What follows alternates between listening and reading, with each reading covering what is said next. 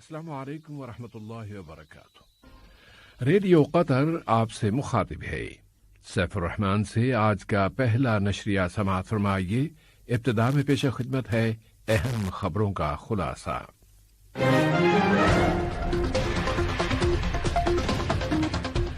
صاحب سمو امیر نے الجزائر کے صدر سے ان کے ملک میں متعدد مقامات پر لگی ہوئی آگ میں ہونے والے جانی نقصان پر تعزیت کا اظہار کیا ہے۔ غذائی سسٹمز سے متعلق نیشنل ڈائیلاگ کے اجلاس کا انعقاد اور قطر اپنے غذائی سسٹم کو لچکدار بنانے کے راستے پر بڑا فاصلہ طے کر چکا ہے۔ مجلس شورا کے انتخابات کے لیے ووٹروں کی فہرستوں پر اعتراضات اور شکایات کا مرحلہ وسیع تر عوامی اطمینان کے ساتھ جاری ہے۔ افغانستان میں ہونے والے معرکوں میں شدت آ گئی ہے، لیکن طالبان اور حکومت دونوں کے وفد دوحہ میں ہونے والے وسیع تر مذاکرات میں شریک ہیں۔ اور الجزائر نے وہاں کے جنگلات کی آگ بجھانے کے لیے بیرونی مدد طلب کر لی ہے۔ سامعین، یہ تھا اہم خبروں کا خلاصہ، اور اب پیش خدمت ہے ریڈیو قطر سے آج کا پہلا مفصل نشریہ۔ اللہ الرحمن الرحیم۔ صاحب سمو امیر شیخ تمیم بن حمد آل ثانی نے برادر ملک عوامی جمہوریہ الجزائر کے صدر عبد المجید تبون سے الجزائر کے متعدد مقامات پر لگی ہوئی آگ میں ہونے والے جانی نقصان پر تعزیت کا برقی پیغام ارسال کیا ہے، اور اس میں زخمیوں کی جلد از جلد شفا یابی کی تمنا کا اظہار کیا ہے۔ نائب امیر شیخ عبداللہ بن حمد آل ثانی نے بھی عوامی جمہوریہ الجزائر کے صدر عبد المجید تبون سے ان کے ملک کے متعدد مقامات پر لگنے والی آگ میں ہونے والے جانی نقصان پر تعزیت کا برقی پیغام ارسال کیا ہے، اور اس میں زخمیوں کی جلد شفا کی تمنا کا اظہار کیا ہے۔ اسی طرح وزیر اعظم و وزیر داخلہ شیخ خالد بن خلیفہ بن عبدالعزیز آل ثانی نے بھی برادر ملک عوامی جمہوریہ الجزائر کے وزیر اعظم جناب ایمن بن عبد الرحمن سے الجزائر کے متعدد مقامات پر لگنے والی آگ میں ہونے والے جانی نقصان پر تعزیت کا برقی پیغام روانہ کیا ہے، اور اپنے اس پیغام میں انہوں نے زخمیوں کی جلد شفا یابی کی تمنا کا اظہار کیا ہے۔ نائب امیر شیخ عبداللہ بن حمد آل ثانی سے ملک میں بیلجیم کے سفیر جناب بات ڈی گروو، جمہوریہ کوسووا کے سفیر جناب امیر بائروش اور جمہوریہ تیونس کے سفیر جناب سامی اسعیدی نے ملک میں ان کی سفارتی ذمہ داریوں کے اختتام پر ملاقات کی ہے۔ نائب امیر نے ان سفراء کرام کی کامیابی اور قطر کے ساتھ ان کے ملکوں کے تعلقات کے مزید فروغ کی تمنا کا اظہار کیا ہے۔ سفراء کرام نے ان کے ساتھ تعاون پر صاحب سمو امیر اور نائب امیر کا شکریہ ادا کیا۔ جمہوریہ سوڈان میں قطری سفارت خانے کے ناظم الامور جناب طلال فرحان العنزی نے جناب منا اکو مناوی کو جوبا امن سمجھوتے کی بنیاد پر ریاست دارفور کا گورنر بنائے جانے کی تقریب میں شرکت کی ہے۔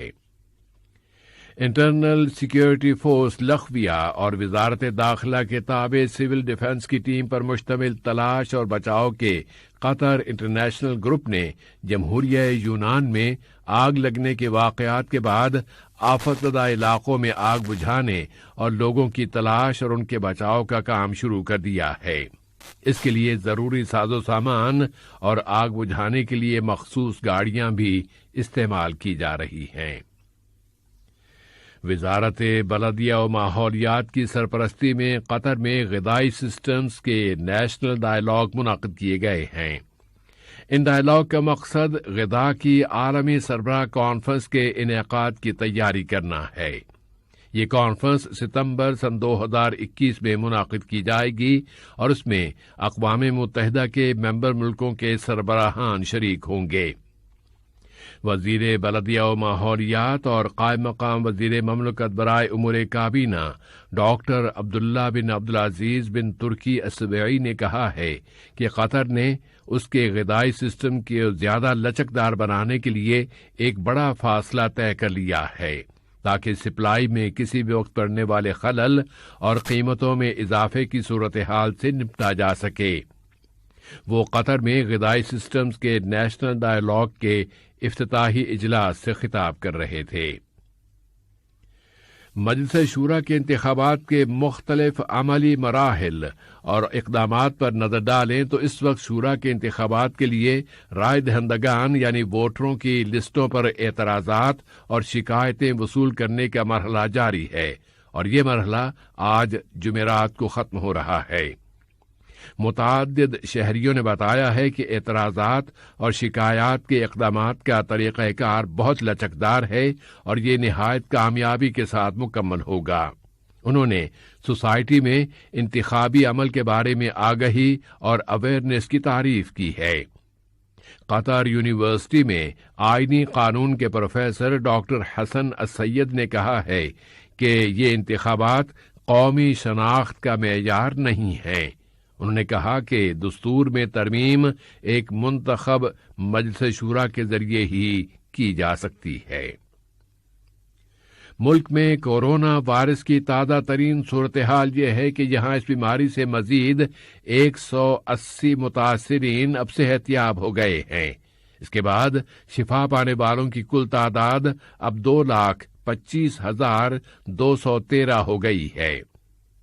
وزارت صحت عامہ نے بتایا ہے کہ سوسائٹی میں مزید 147 کیسز اور مسافروں میں 73 نئے کیسز رجسٹر ہوئے ہیں، اور اس وائرس کے خلاف ویکسینیشن کی مہم میں اب تک لوگوں کو ویکسین کی 3,990,966 ڈوزز دی جا چکی ہیں۔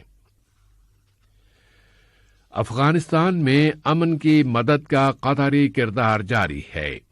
دوحہ میں وسیع تر ٹرائیکا کا اجلاس شروع ہو گیا ہے، جس میں روس، امریکہ، چین اور پاکستان شامل ہیں، اور اس میں افغان حکومت اور طالبان کے وفدوں کی شرکت کے ساتھ افغانستان کی موجودہ صورتحال پر بحث کی جا رہی ہے۔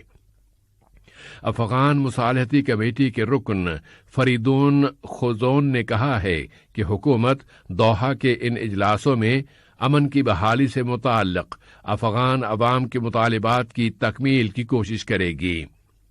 ان اجلاسوں کو وسیع تر بین الاقوامی حمایت حاصل ہے۔ افغانستان کے لیے روس کے خصوصی ایلچی ضمیر کابلوف نے کہا ہے کہ دوحہ کے یہ اجلاس مثبت مواقع فراہم کریں گے۔